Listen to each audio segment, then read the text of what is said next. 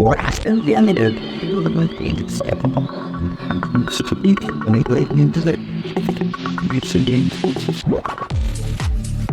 to another Podcasters Row. This is King of Podcasts here with you. Thanking you for finding the program at kingofpodcasts.com. Of course, you might find clips of all my social media. Just look for at King of Podcasts. Also, do the YouTube channel. Try to reach 300 subscribers. I know it's not much, but another one always counts and always matters. So help me get there. Help me get to 500 so I can start monetizing the YouTube channel at King of Podcasts. And by the way, the podcast series we're going to feature on the program today is specifically exclusively on YouTube, but also we're going to be moving to audio very soon. And with that program, it's where our hosts are in two different backgrounds, different experiences, different professional fields.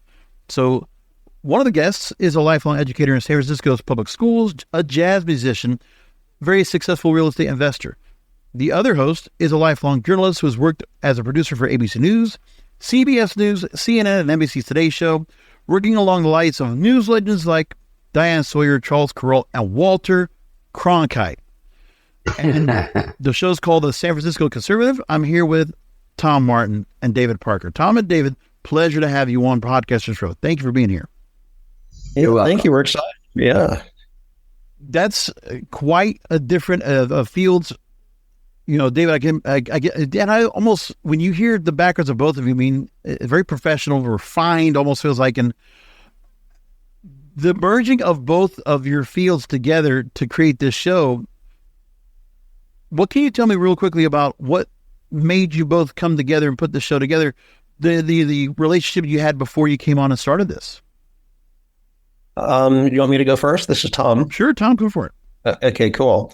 Again, as you'll see on our YouTube channel, I play the role of a journalist because I really am a journalist, as you heard. And I've always loved what drew me to journalism and to those networks that you mentioned was I love meeting people from different professions, people who are passionate about something. I guess I inherited an interest in journalism because my dad was a lifelong newspaper editor. He helped start USA Today, as a matter of fact. And so, but I noticed that when they would have parties or whatever, he was always surrounded by other newspaper people. I mean, he got out there and, met some presidents and all that stuff, but mainly was spending time with other journalists. And for me, I like getting out there and meeting artists and musicians and people with very divergent views. And it also seems to me that, we live in a time where there's a lot of polarization in this country, and there's a need.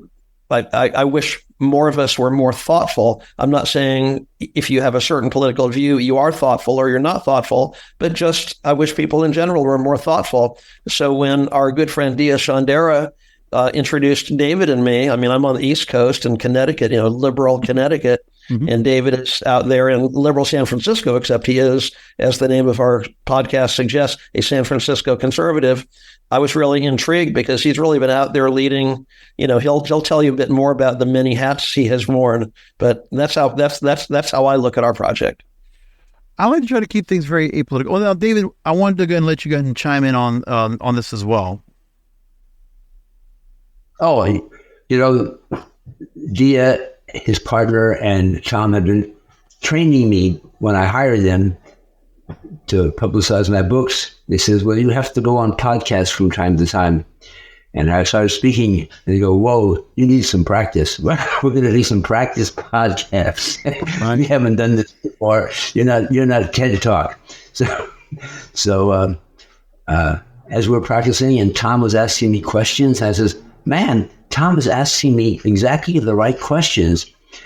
And I thought, this is almost a natural podcast, a natural team, because what's on Tom's mind is almost what's on everybody's mind. He really has his thumb on that pulse.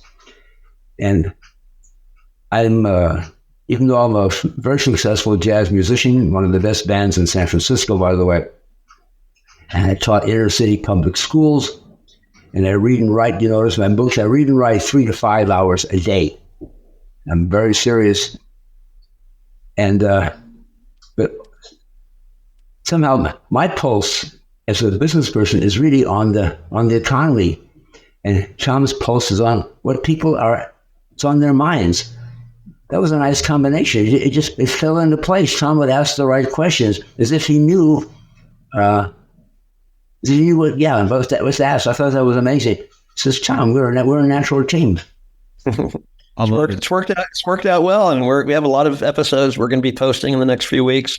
And I could tell that David is a real believer in collaboration. I mean, his jazz sextet is proof of that. And I mean, just the desire to want to be a public school teacher working with, little second graders for 40 plus years tells you this is, I know that when David focuses on his writing, it's a very solitary thing, except he has a great editor or two and whatnot. But I know from his love of jazz and his love of teaching, he appreciates collaboration also. And so do I. And so I think we have that in common also. It's amazing. Go ahead, David. Go ahead. The name San Francisco Conservative, I didn't put in parentheses, but I could have not that conservative. I'm from San Francisco, by the way. Right. No, it can be interpreted different ways when you think about San Francisco. But it's like, the problem is, and I'm going to bring it out the conversation like this. I like to keep everything apolitical, whatever I do. I don't want to isolate anyone. But the one thing is that it's hard to kind of just be able to go ahead and navigate hosting a podcast or anything right now without feeling like you need to go and watch what you say step on anybody's toes of who you might offend. And that's because there's a lot more hypersensitivity that's been created and fostered. Let's just say it like that. This wasn't like this all the time. Correct. Like those that used to be able to go and complain and, maybe hold a picket sign or, protest, their voices got amplified for whatever reason. So, whatever that is, the people that decided that's a good idea they're going to have, the people that, for the longest time never got a word because we didn't listen to them. Now they're getting heard and they're getting put up there because of some do-good, feel-good kind of thing. And that's all it is. Yeah. But you raised a good, let me just throw this in because I like what you said there. If you go all the way back to 1968, I was in second grade. My dad had a year of journalism graduate study at Stanford University there near San Francisco. So I remember, seeing the sit-ins and the hippie movement and all of that. And there was great diversity of thought and conversation. I mean, I know some people had these protesters and all that kind of thing. But there was great diversity of thought, and I'm sure David can elaborate on this. But one of the things that he's mentioned several times in different, our different podcast episodes, he said, "What is it with college campuses these days? It's like they have very entrenched. On the one hand, they have very entrenched opinion, like they don't want anybody to come on campus to rock the boat or suggest new ideas. I remember when I was in college, Ralph Nader came to visit, for example. But then on the other hand, I know that David really does place a lot of faith and confidence in the younger generation, and we've talked about that when it comes to his readers and stuff like that. But I agree with you that I enjoy conversation, and I know David does as well. Now that's the part. San Francisco, late 60s, counterculture moving us forward. That was a good thing. That was the thing. Right. I like the fact that we had counterculture that would break the mainstream, make the mainstream evolve. That was great. But what we have now, I'm sorry, the folks that are out there trying to go ahead and create change, they don't understand what the people before them did. Okay? I mean, there's a part where, Berkeley or, Stanford, just what it was that you had going on. San Francisco was a different place. Haight-Ashbury, there was a whole different lifestyle. Then it came in and encompassed the rest of the world. And that was a great thing. But why don't we, the thing is, the people that were leaders then, I imagine, okay, the same people that supported Harvey Milk to be mayor of San Francisco, right? Those kind of people are not there anymore. There were still people that were very much, they still felt like, okay, there's something about rule of law. There's something about, there's things that can be reasonable. Of course, holding people accountable. But there's something more now. It's not just holding people accountable. No, we have to cancel them. We have to destroy them. They just can't have a life after we get rid of them. You're touching on something very interesting. I'm from the 60s, so I know. In my day, we had a person named Mario Savio at UC Berkeley. And he was saying the university is not supposed to be protecting students from the outside world, which is what in the 1950s universities thought maybe they should. parents are entrusting your students to us, and we will protect them from the outside world. And Mario Savio says, no, we're going to throw our bodies on the gears of the institutions and stop things. That's the old left. We want to know what's happening in Vietnam. We want to know what's happening in Jim Crow South. We want to know everything about this country. Don't protect us from this stuff. And today, students are saying, we want to be protected. We want the university to be a safe space. We don't want to hear anything that makes us think for a second or might offend us today. A 19-year-old kid every year is what offends him may change, but it's a very weak left today. And my day was a very strong left. New left and old left, almost like two different worlds. That's my take on that. So I'm a radio person going on, since 1994. And one of the things I always remember going back in college radio, everybody talking about Free Radio Berkeley. So you had the station that was there. And for those that, because, they protested the fact that the SEC was able to control who could get a license and who could be able to be on the air. And there's people now that still from that area where they have workshops where if somebody wants to be able to build a 10, 40, 150 watt FM, it might be a pirate radio station, but at least you can get a transmitter and then you can get your voice heard. At that time, that's all you had. We didn't have social media like we do today that amplifies so much. But Free Radio Berkeley, if it was on today, it's not going to sound like it used to be. It's not. What kind of free radio is there? Because I think right now, what some of the people are protesting it's more controlled than actually freedom. Correct. You can call it conform radio rather than free radio. And people are very sensitive. I have grandchildren now, and I pick them up from school myself. And I'm thinking, gee, it'd be kind of fun to go back and teach a little bit. That's the grades I was teaching. And I say, no, I don't like these parents. They're so coddling and they're so verbal. They're criticizing and asking to explain everything. It's almost sick. I don't want to be in that environment. It's really changed. Yeah, really changed. One of the things I enjoy, I'm sorry, Dave. I was just going to jump in. I apologize. No problem. One of the things I love about our podcast conversations is David will make these references to authors and philosophers from 2,000 years ago to talk about, diversity and it's amazing. It's and we are kind of missing. I mean, maybe it's coming back, or I'm sure there's some advocates, but I also get that impression that almost everybody is so touchy, and we definitely are in a cancel culture and all that kind of thing. So I always enjoy it when David mentions these authors from 2,000 years ago, I mean, I mentioned the Greeks, 5th century Athens and the Rome 1st century. You take any of their great text and just read it aloud, and don't tell somebody who you're reading. Nobody would know that it wasn't written today. I find that so thrilling to read Aristotle or Plato or Cicero from Rome. They talk just like we do about the same things on a much higher level of discussion.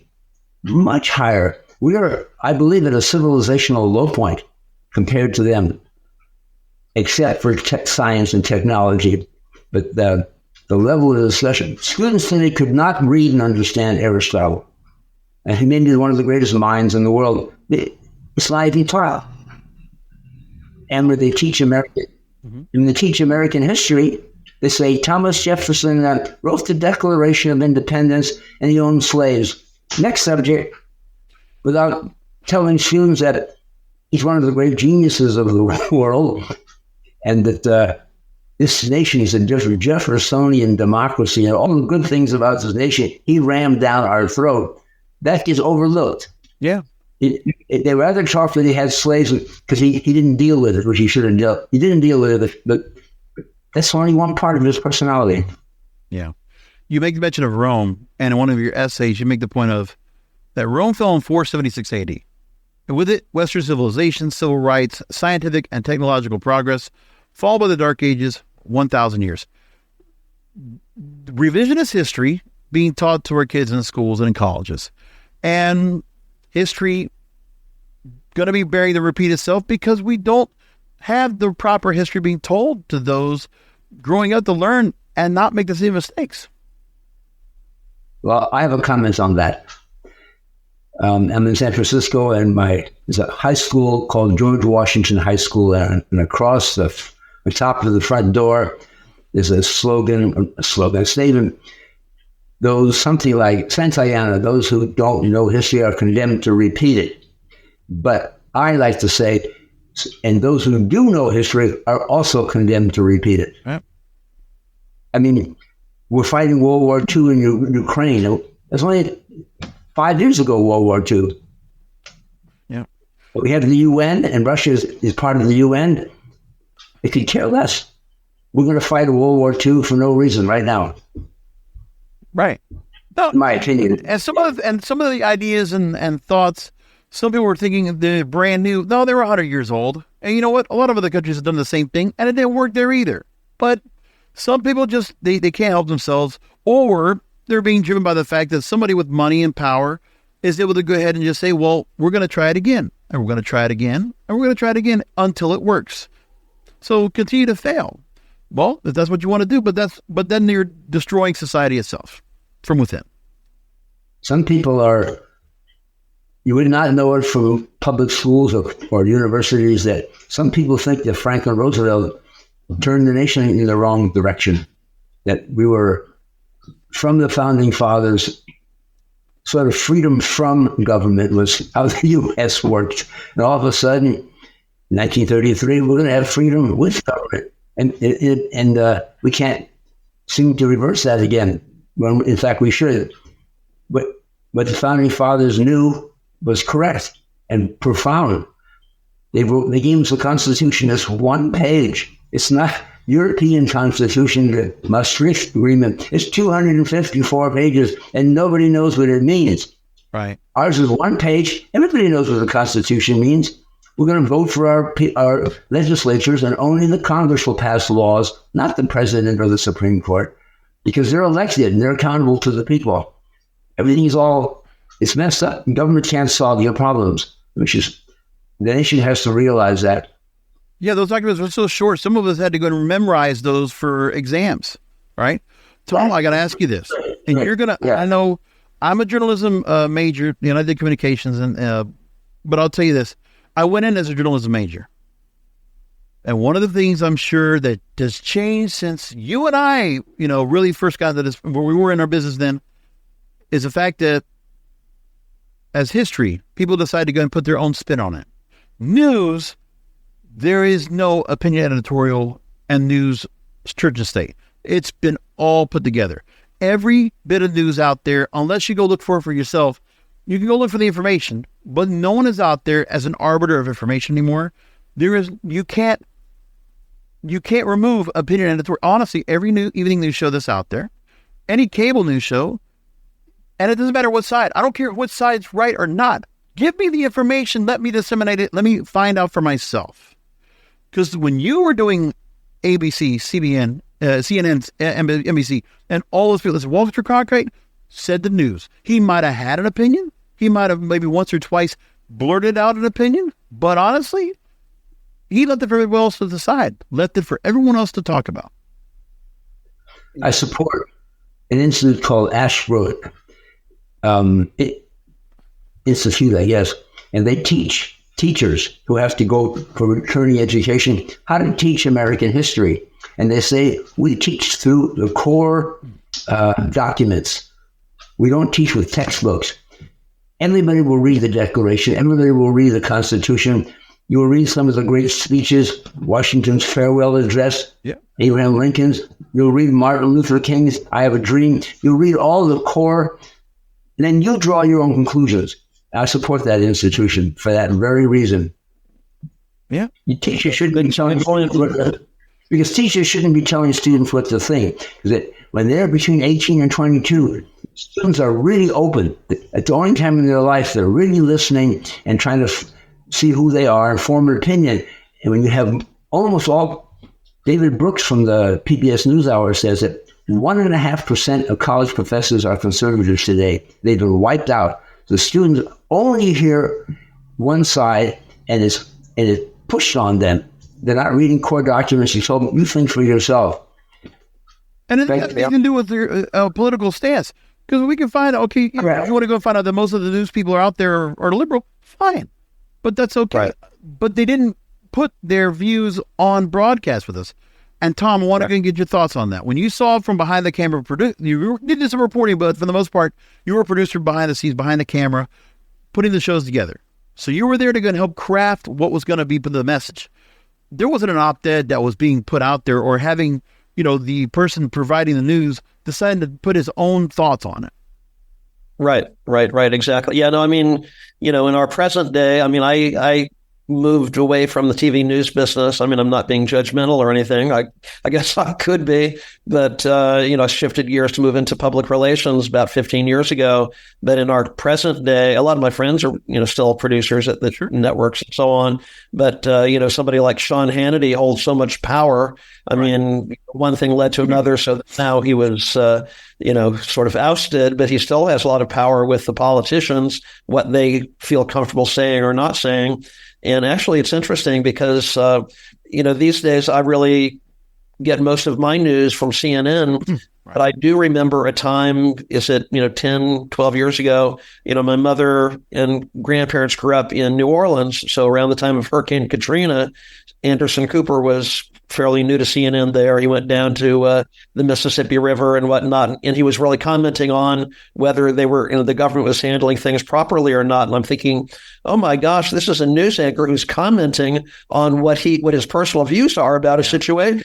It's like, and now you fast forward 10 or 12 years, it's ridiculous how, there's still a lot of great journalists out there who really work hard, and, there's so much going on in the world right now.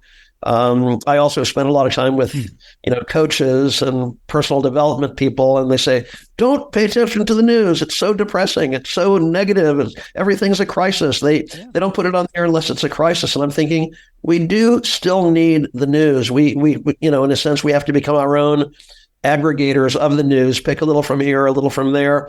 But, I would suggest to even some of my friends, if you're regularly watching a newscast where they are just making things up or there's no foundation of reality, please, like David said, were we experiencing a dumbing down of America right now? It's very concerning, Well, you're not going to get journalists anymore that are going to be investigative. You're not going to get the journalists that are going to profile movies like All the President's Men or Spotlight. You're not getting that.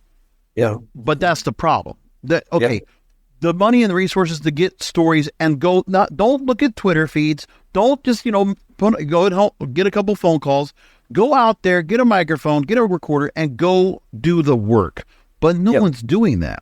It's lazy reporting across the board. And, when you have all this time, all this availability, and all this audience. Yeah. Well, I would say, again, maybe this might be kind of an, overgeneralization, but I think that, another thing that I enjoy that comes out of the podcast that David and I do is, he's been around a few years and he has a sense of optimism about the future, and, he can tell you about this, but he believes that it's the younger generation, the people in their 20s, who really are willing to do the work. I used to have a friend who was a futurist, kind of like Alvin Toffler and Faith Popcorn and people like that. His name was Watts Wacker, very colorful name. Yeah. Passed away a couple of years ago. But I was getting concerned when it looked like Donald Trump might run for office and he might even win.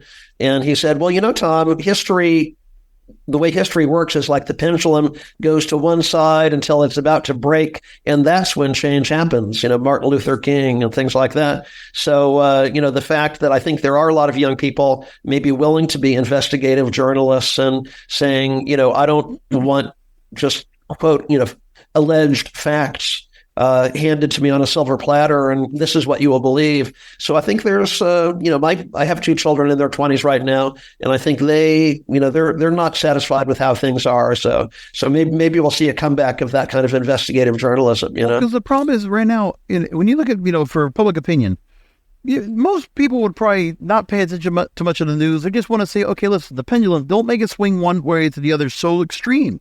But what happens is you put it to one extreme, it's like a pendulum, it's going to go the other side. So, if you have one side that might say, well, Obama might be to a certain direction, then Trump brings us back the other direction, a sharp correction. Like, okay, We're not getting a Perón in Argentina right now. And now we have a Javier Milei that's completely different direction on Argentina, because that's what's happened. When you decide to go and shake things up to go one way so far, then everybody's going to go ahead, and especially Americans, they're going to polarize and put everything, well, if you're going to make it like this, we're going to go the opposite direction because we're not going to do what you're going to do. Yeah, well, from our many podcast conversations, I know that David has some thoughts about the extremes.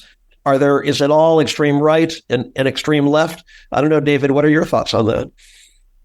I think we have a gerrymandered voting districts that are so obscene that we have Democrats only running against liberals and Republicans only running against conservatives.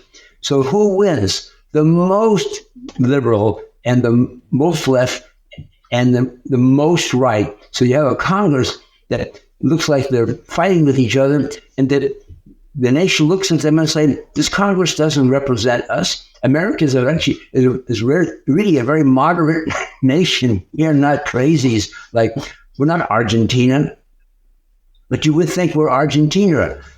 The way they fight with each other, and in fact, that's not who we are. But the districts are so. Every candidate should have to win both left and right, and that will make that person speak more moderately. Right.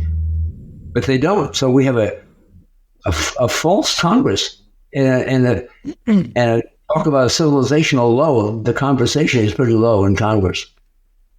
The risk of two-party system, but also the corruption on both sides of the two-party system. The risk is the gerrymandering is the risk. Yep. And no congressman wants to ruin his own district, so they have no incentive to change it. No. Now, the content you have on San Francisco Conservative on YouTube, there is a lot of. It feels very philosophical, very, very, really advanced thinking. And the thing is that it's refreshing to have that because, I mean, NPR, in many cases, listen, NPR, one of the best podcasters in the world. They came into this space, only a little more than a decade, 2010, 2011, and they dominate. And honestly, it's one of those things where, I wish they would let all their radio stations go. All the terrestrial stations, listen, they're a powerhouse in podcasting. Just get the donations there. Give up all those stations to everybody else. Because I'll tell you one thing. I've been singing on my another companion program called the Broadcasters Podcast. I'm a radio person at heart. And one of the things I noticed is that if we had access to more places for more thought, there's more freedom of thought. And one of the places is radio is a bastion that is just not being used right now. And if we had all these corporate companies that are holding on to hundreds of stations, and they're holding on to billions of dollars in debt, and then they go ahead and, restructure themselves, they go through bankruptcy, and they're still in debt. And some companies, because some people are just really foolish in their thinking, put those companies in debt, private equity takes them over, and they decide just to go and pick them apart like vultures. That's what it is right now. But if all those stations, you want diversity, equity, and inclusion, you want all these different thoughts going on out there, I mean, San Francisco itself, how many different stations do you have of different ethnicities, of different thoughts, of mindsets, of music, culture, everything? It's a kaleidoscope. We should have that ability to have that, not just on social media, but we should have that in radio, we should have it on television, all of that. And newspapers, same thing as goes. We should have that kind of media where everyone's represented. Everyone has a voice, but we don't have that anymore. Right. You touched on something that national public radio, national public television, or public broadcasting, for example, that is paid for by Congress. And the reason we do that is someone said, and maybe there's some truth to it, we're an important nation in the world. The world looks to us, and we are responsible for a lot that goes on. And we can't have intelligent citizens in America not having access to intelligent news, was the thought. That you can't just be watching AM radio stations, and that's where all university professors and college students get their news. We need one station, and the taxpayers are going to pay for it, that has a high level of discussion, because some person growing up in a small town in Wyoming should be able to turn the television on and watch a public broadcasting station and hear some pretty intelligent people speaking. And that has been turned around to become a left-wing dominated mouthpiece. It's lost its mission. Well, I think we might look for hope in podcasting, since we're talking about podcasting. It's funny. I love classic rock and roll. I went to see Bob Dylan last week, as a matter of fact, age 82. Yeah. But I mean, a lot of these old timers like Van Morrison, so they talk about those pirate radio stations. Yeah. And so it's like people who really want to express themselves and they don't want to be confined. I mean, I don't know, again, David often talks about, that he sees his readers in the 20-somethings because these people have not closed their minds yet. And so maybe, again, as people comfortable with podcasts and they don't, my children are 22 and 25 years old, and I don't think they flip on the TV the way I used to in my day. Right. But, so maybe there's really hope for the future in terms of this uprising of real democracy the way it should be. So maybe we shouldn't complain too much. I don't know. The podcast really is a market response, a genuine market response. If people are not happy with mainstream television, they can turn to a podcast. That's a good thing. Oh, but that's the digital disruption. We've had that where, corporate media can't, they can have their streaming services and they can abandon their traditional linear programming. And, we're going to find where the money goes. Well, you went into digital, you decided to abandon your other market, but you know what? You should have been focusing on all of them and be multi-platform. Nobody thought of that. And some of the news we see out there, some of the other things, people with thoughts and opinions, that's not representing the whole public. But in podcasting, you can find people with various voices, various opinions, and you really get an idea. And even in social media, when I see some people where podcasting is not even set to just a podcast on Apple or Spotify or wherever you want. It's also on YouTube. It's also on Twitch or TikTok. Other people are doing podcasts in other places. And in the same form, it's spread out. And we can hear different opinions. And you know what? If we listen to more of what everybody is out there doing, they're not necessarily caring about what's in the news, or are they talking the same way everybody else is? Because there's just a lot of people that have been, privileged, maybe affluent, that are able to get the access to be on cable TV or whatever. They went to the right schools, they went to the right places, and they're the ones that get to talk. And they think they can go and talk to everyday plebeians like us. No, because, just because you come from a different bubble, I forget what it was. University of Illinois Champaign, I remember they were doing a whole thing about, the backgrounds of the journalists themselves and where they come from. And they're all from Ivy League schools. And so they're going to get the same education, the same kind of, contrivity that you're going to have. And so they're going to, whatever's being told to them, they don't have any real world experience, real world background about middle America, about other areas anywhere, or especially. We never hear anything about what's going on in the world. Because I guarantee right now, I mentioned about that Argentinian prime minister. I've seen nothing on the news about that election. And I would say something like, man, that is historic. That's, Evita, the whole thing we've heard about. Look, that just completely changed overnight. And nobody's talking about it. Well, it's interesting. I'll try to express this concisely here. Yeah. But the last, one of the big, most pivotal and influential people in my life and my career was Charles Kuralt at CBS News. I worked for Charles for about 7 years. And after he retired, I remember the last time I saw him, there's a place called the 92nd Street YMCA in New York City, famous for lectures and onstage interviews. So another old boss of mine who's gotten into some scandal these days, Charlie Rose, interviewed Charles Kuralt, both from North Carolina. And so someone in the audience raised their hand and said, Mr. Kuralt, how do you explain this conspiracy in the news business? And Charles Kuralt said, you give us too much credit. It's kind of a chaotic free-for-all. I mean, and he didn't say you have, Bezos and Murdoch and so on. And even those days, they certainly had Rupert Murdoch. But I still think that there's an uprising of young journalists who are concerned and they're not satisfied. And there's the freedom again with podcasting and, underground newspapers and what have you. So even though there are huge, powerful, dominant forces, and maybe folks in the low income brackets, they might not have exposure to what's really going on in the world. Like they might not know where to look for that information. But again, Charles Kuralt said, if you say there's a conspiracy, in a way you're giving too much credit to, something that there's still a degree that it's a free for all, I think. And I think that's a good thing. I think it's important to know that the universities or colleges, maybe all schools, have been dominated by the left. And so students hear from their teachers who don't disagree with each other. You don't have a conservative teacher standing up, my partner here is really off. It's really wrong what he's saying. You don't hear that kind of discussion in a school or even in a university. They will cancel conservative speakers come on campus. They'll cancel them, and then they'll cancel professors who speak up. Yeah. Well, I know you said earlier. So they don't speak up.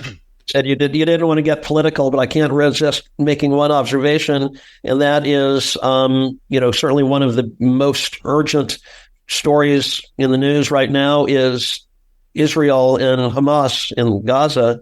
And my son just graduated from a school in Washington, D.C. that, I have a lot of Jewish friends and, part of my children's heritage and whatnot. And it seems like a lot of young people are thinking that what happened, that sudden overnight raid into Israel, was justified and so on. And, it's a very complex issue. But when you have professors who don't offer a range of views, it seems like, our young, I give a lot of credit to our younger generation, but at the same time, like you just said, if there's professors who never give them a spectrum of views and hey, look at the other side, that's the problem, If I were a professor at a school, high school or college, I would make students write an essay half and half. What would the left say and what would the right say about this issue? And if you can't answer both, don't turn your paper in, and you flunked. That's what should be done a little bit. But if you had to gauge, who are those that are protesting out there for a pro-Palestinian cause? How many of them are actually informed about the real history of what happened? No, I know. I know. I would agree with you there. Yeah. And if they were told anything, it's probably been, they really don't know what the story is, because it could be of anything. I'll tell you, when I think about previous broadcasters, that they actually gave us so much. So you mentioned Charles Kuralt on the road. He went out there and talked to everybody. And I'll tell you one thing. I will say this one thing, but it's maybe as far political as I'll get. I was a big fan of Paul Harvey. He's one of the greats. The 1965 broadcast, If I Were the Devil, is being played out today. It's being played out right now. And we're enough people that realize, okay, that message, that resonates today. People still listen to it. And they're like, there's a lot of truth to it. And that's how smart he was. That's how smart his producers were. And that's the kind of intelligence we need in our media today. And for those that say, you know what, this is not the way things are supposed to be, we're going to go find out more. We're going to investigate. That is what the news was intended to be since the beginning. Right. We were not following Randolph Hearst 120 years later. That's not what this was supposed to be. We're supposed to actually be arbiters of truth. Where is that? Right. In my image here is an antelope on the wall there. Yeah. I shot that in Wyoming. And from a boy from California, that was a real eye-opener, talking to the people of eastern Wyoming, in Buffalo and Sheridan, near South Dakota. Yep. They don't talk like people in California. They're really like down to earth. They're living on the land there, and your word better be good, because that's how we are around here. Yeah. And that population, maybe it's not. The coastal states have more population than the interior states, but Hillary Clinton lost because she didn't grasp that. Yeah. Well, I don't know. I'm not sure if I'm going to push this too far in a direction here, but another thing I appreciate that David has said on our podcast episodes is that some people who are very liberal, progressives and so on, and of course, there are costs involved with huge government programs and so on. But I know David has said that, for many generations, quote unquote conservatives have been very caring about people in their community. If there's homeless or someone needs some support, it's like, have we lost faith in our fellow human beings so that now that we need government to mandate that we handle things in a certain way? I mean, I don't want anyone to fall between the cracks or anything like that. But it seems like we've entered a phase where we no longer give our fellow individuals, our fellow citizens, the chance to care for one another. But it's just these big programs, and maybe that's kind of robbing people of their thinking abilities. Also, I don't know. Yeah, that's one of my key points. We're not respecting the other people. Conservative doesn't mean you don't care about the less fortunate. It means you just don't believe government should be the source for solving the problem. That private individuals, private charity, local government, it shouldn't be a national government program that solves problems of the world. It doesn't mean that conservatives don't care, and that's how they get labeled. Well, if you're not for our big government program, then you don't care. Right. And you're needed. Much we can go more into this. We're going to close it off here, but it's like we can find common ground in so many different ways. And why, I say this too. When it comes to politics, it's the worst soap opera ever produced. It's horrible. I hate it. And for those people that really love to look at this like a spectator sport, I'm like, I can't. I mean, there was a time when you could, because it was kind of fun, but nobody can poke fun anymore. Nobody can say anything anymore. It's lost fun. That's why people don't care. And then we have people that just get so caught up in the moment and just get frustrated and outraged. And I'm like, well, it wasn't like this. We can, right now, there's nothing that can be done where anybody's going to kind of bridge the gap and bring people together. So if I hear the politicians say, we need to go ahead and, cross the party lines, we need to bring people together. No, you're not. No, you're not. Where are you going to get your lobbying money from? Who are you going to get paid off from? That's what you care about. And as long as there's no term limits, you can do it as long as you want until you die. That's how it is. That's my original point of the day, that the districts should be ungerrymandered. They should be. Politicians should have to appeal to both sides, and they will become more moderate. Otherwise, they won't. It'll be what we see is how it's going to stay. Yeah, well, I know both David and I are grateful that you provide a platform here for thoughtful conversation. There's no right or wrong, but it's like how wonderful that we actually have a chance to think about these important topics. So, thank you. Our conversation today between the four of us, nobody said which political party we belong to, what we believe. We had an intelligent conversation here. I'm a San Francisco conservative, not that conservative, and you guys may or may not be conservative or liberal. It didn't come out. We talked intelligently about what was on our mind. That's missing from the. We need more of that. That's missing.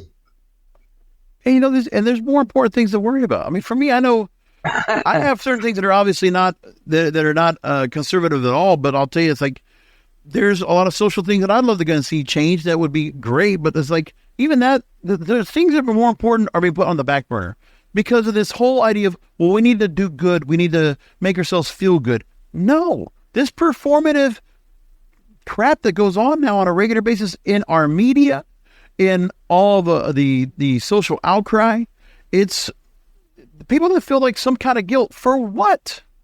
You don't need to make everybody feel happy about you. Just live your life. But nobody wants to go and do that. David could give you a whole nother. Yeah. David could give her a whole nother show on that topic about the little school children coming home feeling guilty, right? I mean, damn. Oh yeah, that's another subject. I think in my San Francisco Conservative talk as an education chapter letter to an editor, a letter to the Board of Education, and one child, I report one child comes home to his parents. Did America do anything good? Was the kid asked his parents in school? They did really. America's trash. Instead of saying, America did some bad things, it's about this high, and the good things is about this high, and the rest of the world is the opposite. Yeah. The bad things is this high, and the good things is this high. They're not getting two sides of it. We're getting kids get one side, and that everything we did was bad. I'm surprised that these days the American flag has been outlawed, that some people say that's offensive. I am not surprised. I would not be surprised at some point if that becomes a common thing. Is like, and people just say, "Oh, that's a normal thing." What are you talking about? Oh, just a flag outside of my house. Thanksgiving, problem.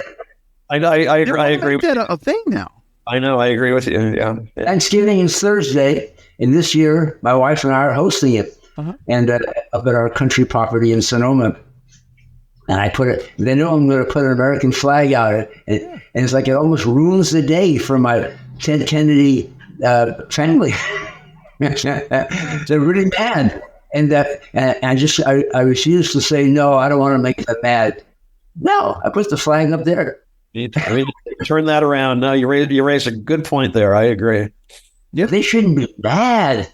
And we're not going to petition. Oh, you're a conservative. We didn't know that. You've been all these years. Like, wow, they still can't believe it. Yeah. You're a traitor. Benedict Arnold or something. Let's direct people to a couple websites. First of all, the San Francisco Conservative on YouTube. Go ahead and just search for that. And all your episodes are there. Also, 2 websites individually for both David and Tom. So there's davidparkeressays.com. And for Tom, it's tommartinmedia.com. And real quickly, David, we'll go to you first. If you want to just go and just take a couple of seconds, just to go and final comments on this, anything that people should do that would prompt them to go ahead and visit your website, check out your books, your essays, your work, your music, etc. Well, it's actually Tom who clarified my thinking. He says, all my essays are giving historical examples of today's problems, only on a higher level. I don't dumb down my writing, but the 5th century Athens, 1st century Rome, 18th century Age of Enlightenment, our founding fathers, all the issues we're talking about, they talked about and had very good answers for. In fact, our Constitution is a product of those 3 periods of the best thought. Then there's nothing new in the world. And I write about money and economics also. It's not just history. And I always go back to Babylon. That's before Athens. That's like 3,000 years ago. They had clay tablets, and people's property were surveyor, and they would put it on the tablets, and the tablets would go into a warehouse. It's like a title company. People could borrow against their real estate because they knew what it was, and then in Babylon, 3,000 years ago, they had secondary markets, collateralized mortgage obligations. Wow. There's nothing new. I find that fascinating. I just cannot get enough reading that stuff. And that's what I say in my books. No, wait. Tom, real quickly, we get the website, tommartinmedia.com.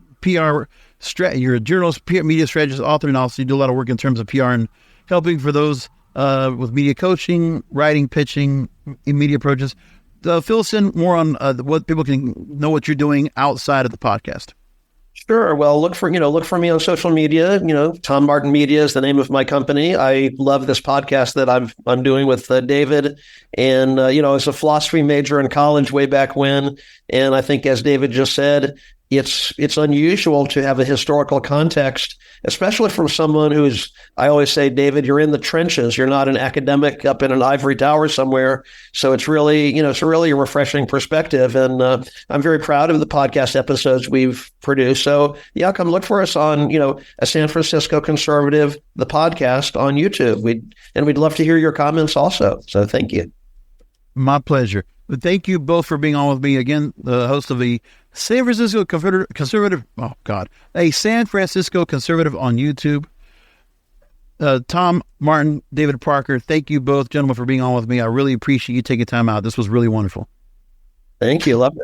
Hey, you asked some good questions too. My pleasure. Hey, acknowledge that. Good questions.